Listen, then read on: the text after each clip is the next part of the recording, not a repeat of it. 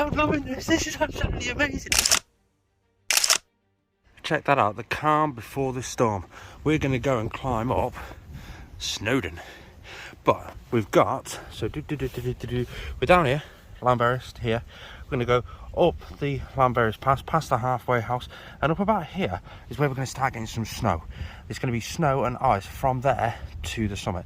So we've got some crampons, new mini spikes and stuff. We're going to try them, but we've also got heavy winds. It says 50-kilometre-hour winds on the summit. So it should be a fun day.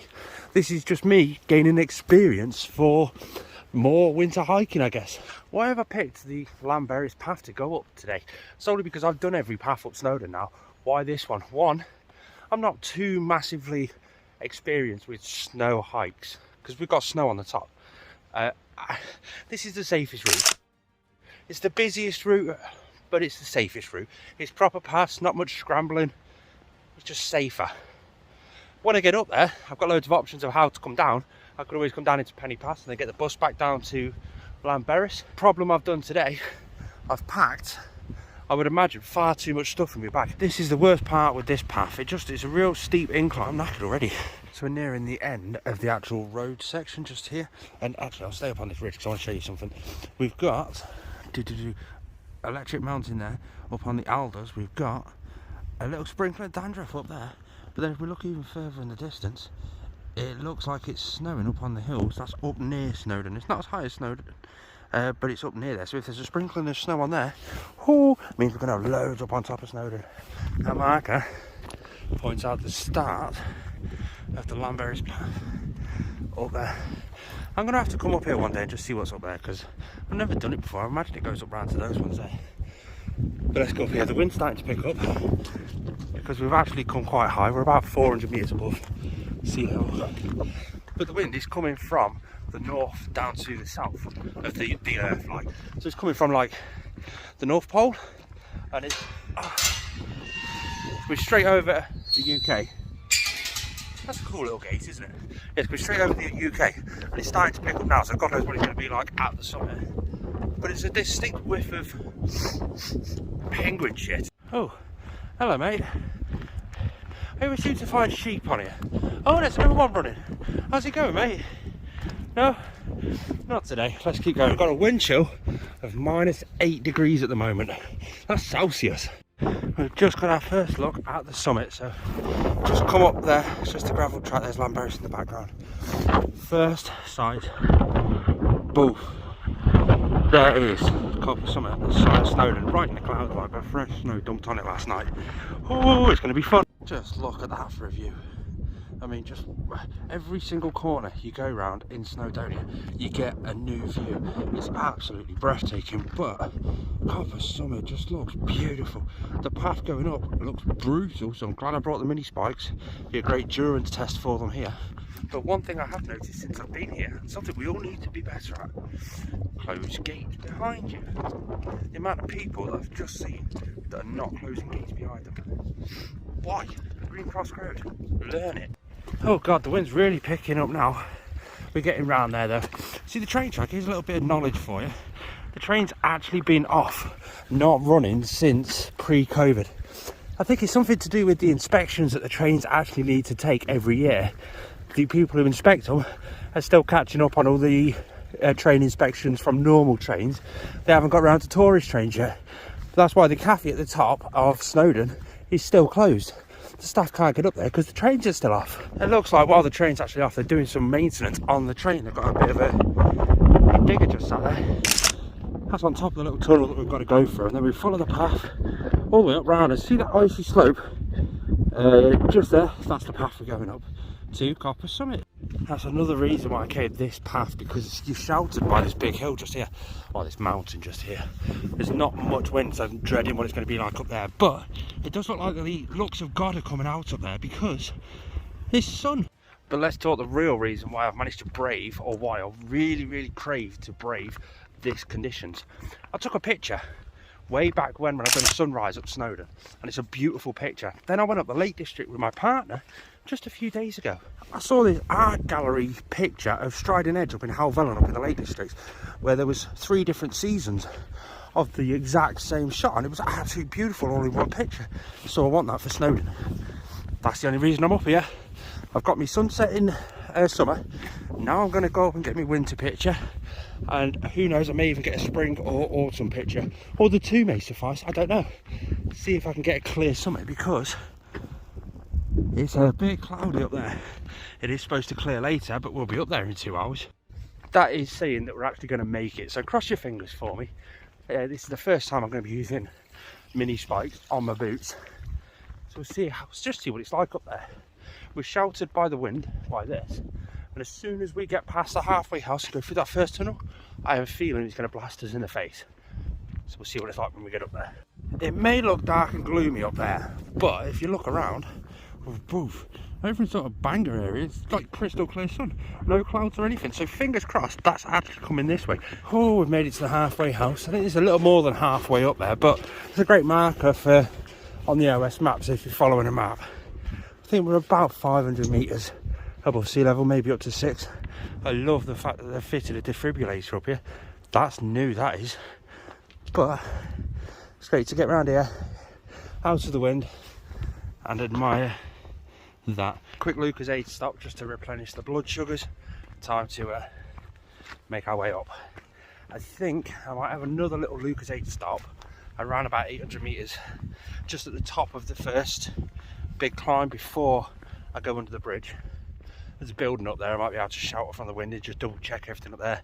I may at that point have to put my spikes on my boots and start heading up. Here's something quite cool. This post here, people have just battered money into it. Look, see? I don't know why.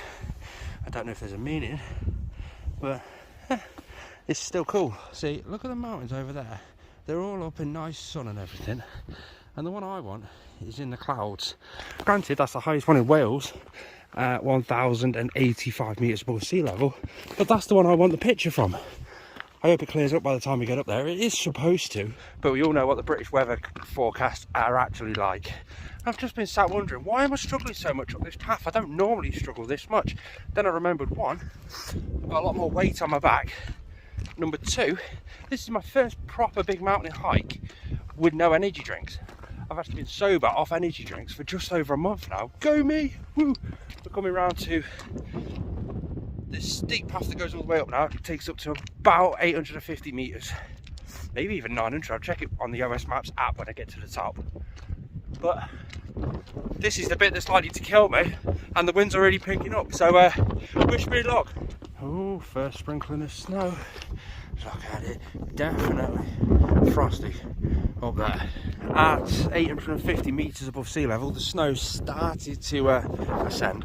We've got it fairly clear path up to about there. Then you can see the white stuff, and it goes all the way up and all the way up and all the way up to about there. You can see where the people are, all the way up there, and then over to the summit. But do I wear the spikes now or in a bit?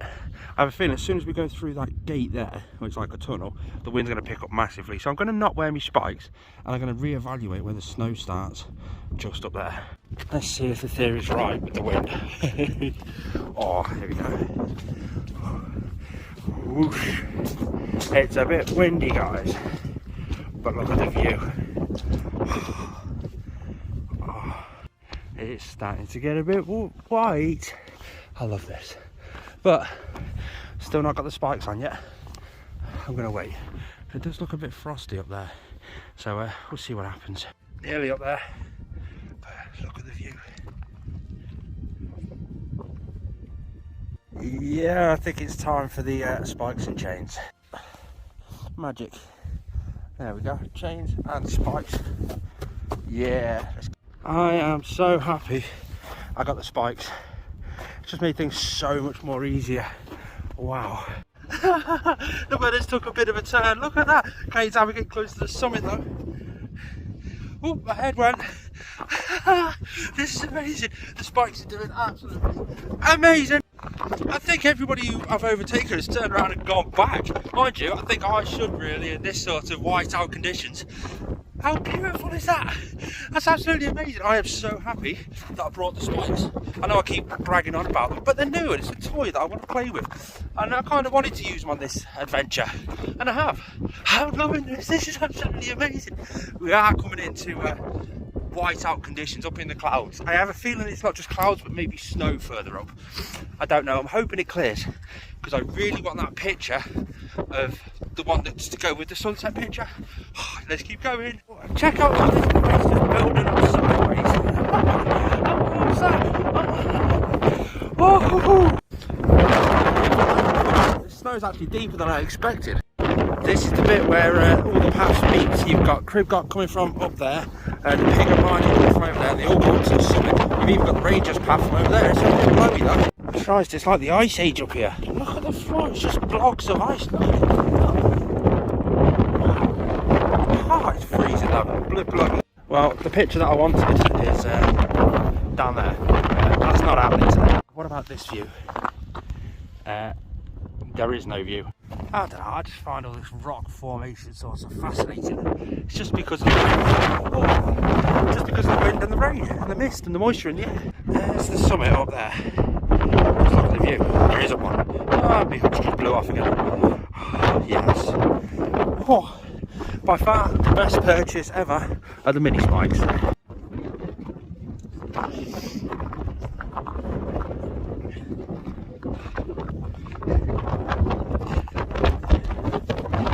Christ, it was blustery up there, but I've decided I'm just going to walk down the train track, back down halfway down the llanberris path.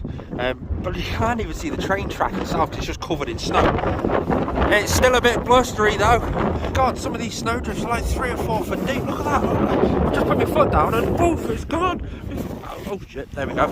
Oh, I've got to be careful here. That was brutal. I think my nose is frozen. Like inside my nose, my snot's actually frozen. But we're coming out of the clouds now, and we've got a cracking view. Just look at that. We've just found a little spot here with no wind, so I don't know whether to actually sit here and stick the kettle on. Sinking in the snow. That's the problem with the snow. All the way up, it's big drifts. You're just walking along, then all of a sudden, 1 foot goes. Oh, I've learned so much on that. What an experience. So I've got to have a cup of coffee, but I think I'm going to wait until I get just further down. And then, because I've got a big steep hill here to do, look, I'll show you. See, I'm on the train track. I'm walking down the train track from the llanberris path. Obviously, the train's not running, but I can wait until I get down to about there, where there's that little hut, and I can have a coffee there. I've got the big slope to go down, so I don't really want to. Oh, see what I mean? You just lose your footing in the snow. I don't want to rest my legs and then just hit a straight away decline, so I'll probably go down a bit. What an experience. I'll tell you one thing as well. Oh crap, the cheap Amazon chains and spikes really did the job well, like overly well. Like, I'm so impressed with them, it's unreal. The plan, basically, we're going down the train track all the way down, and it meets us there. That's where we're going to jump off the train track, hide behind that little hut maybe, have a coffee, and then make our way down the path back to the car. Oh, walking down that last bit of the train tracks, I'm behind the big cane now, and at the back end of my crampon snapped. I wasn't, there you go, but my other crampon caught hold of it. I went flying and I'm in pain, so we're going to check myself over. I've not had a look yet, but fuck's sake, ripping me joggers. My knees are in agony. I think I went down on them. Oh, you fucker.